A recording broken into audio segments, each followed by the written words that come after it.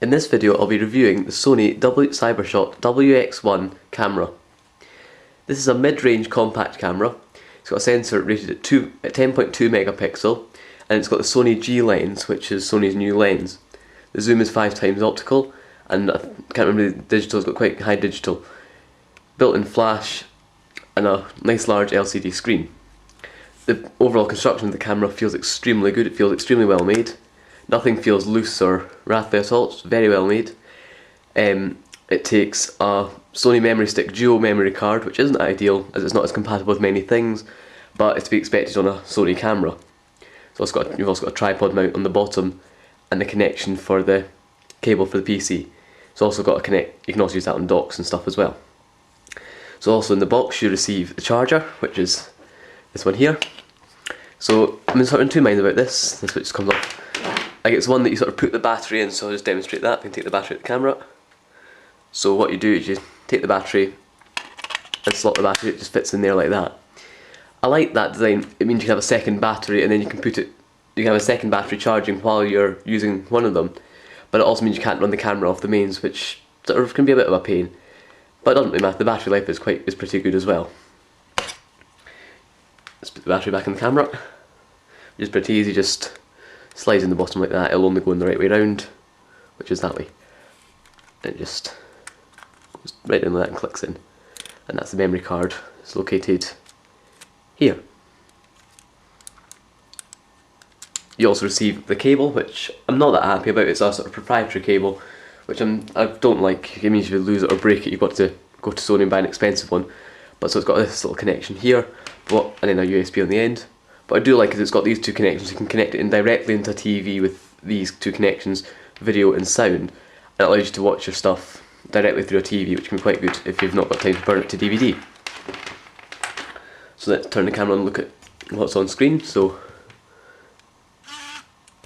notice the extremely fast switch on. It switches on in like literally 2 or 3 seconds. It's really fast, which I really like.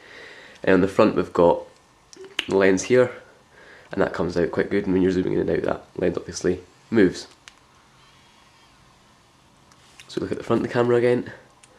That's the on-screen display, it's very easy to do. You've got changes here, so that's on the auto adjustment setting.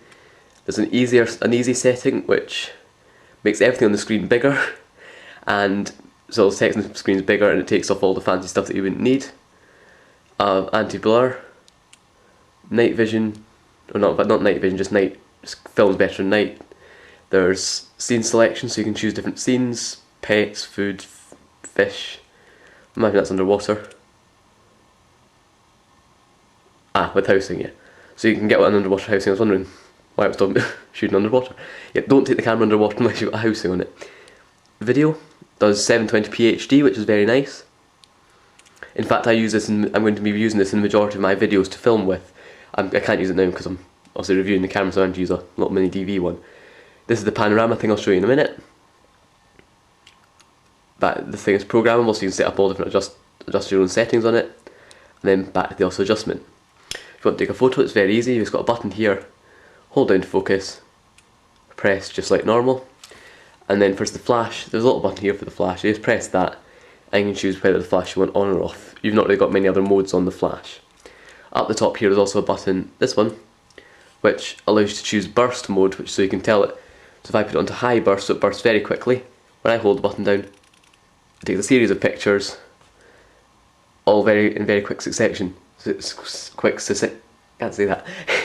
Succession, that's it. So if you're say taking a picture of fireworks or something or someone crossing a finish line, it's going to be very fast. You can take a lot of photos and you can pick the best ones, so that's very, very useful. The quality from that is also very good. So what we'll now do is I'll show you the panorama feature, which is very useful. Okay, so I'm now outside with the camera. If you wonder why I'm shaking, it is absolutely freezing and I've been out here for ages because I forgot to record before. Yes, it's when you press the button to stop the recording, it comes up recording. It's not very good. But here's the camera. So I'll show you some of the features like the panorama, the photo taking and the video. So if we turn it on now, that's just into normal photo mode. So if we press this button here, it'll take a photo. The screen's not very good in sunlight, so I do apologise for that. That's the photo I just took with it there. You'll see it on your screen now, much clearer. I'll take another one over there as well just to get a better view. That's a bit better. If you want to take a panorama, switch around to panorama mode here, and then all you do to take a panorama is start with the camera pointing in one direction, press it, says shooting panorama, and you move the camera in the direction of the arrow that's on the screen, right round. Then you can press the button again to stop it, or you can run the full course, and it takes a nice little panorama photo like that. You can also turn it around so you can do shots of like tall buildings. You can do it up the way sort of like that and get tall buildings. That's very useful. So I'll now show you the video. So for video, you simply turn this little dial here around to the little movie strip thing, press the record button, and it says record in the corner, and we can now video. So I'll take this video. So this is a video. Okay. So this is a video from the camera itself. Very, very, very good quality. As you can see, it's HD. If you're wondering why it's shaking, I am very cold, and that is why it's... Generally the movement is very, very smooth normally. So it's just a video I've taken. It's very good, sounds quite good quality as well. So to stop the video, you simply just press the button again, and it stops, and it comes up recording. It takes a little while to save the video, but that's it there. And that's it. It can record quite a lot of video, so it's got 80 minutes on a 4 gig SD card with only a couple of photos on it, so... Not SD, sorry, memory stick. So it holds quite a good amount of video, and that's full HD. You can also adjust that quality to other quality, so yeah, if you go down here you can go to image, adjust your image sizes and all that sort of stuff. That was on standard HD, there's also fine HD, so this is the fine HD.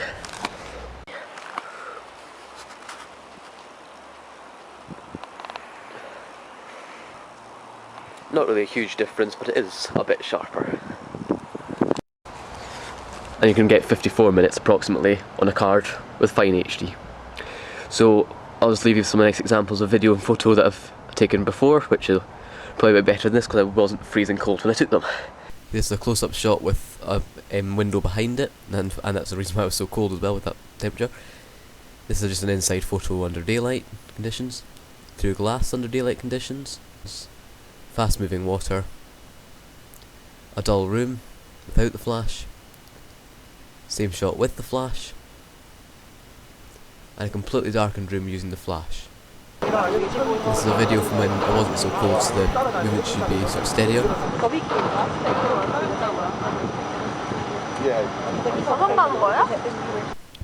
And this is a video I took under very low light conditions, so the light was dimmed very, very low, but it still filmed okay. It's not perfect, but it's clear enough to be sort of usable just to share on YouTube quickly. You also wouldn't want to film a big thing with this without proper lighting though. Okay, so that was the Sony WX1 camera. Very nice camera, very good. I would recommend it to anyone. It's very well made, very good quality. Feels like it would last a very long time. With all the features like tripod mount, it's very, very good. So thanks for watching. Don't forget to comment, rate and subscribe, and you can also visit my website at cameragray.me.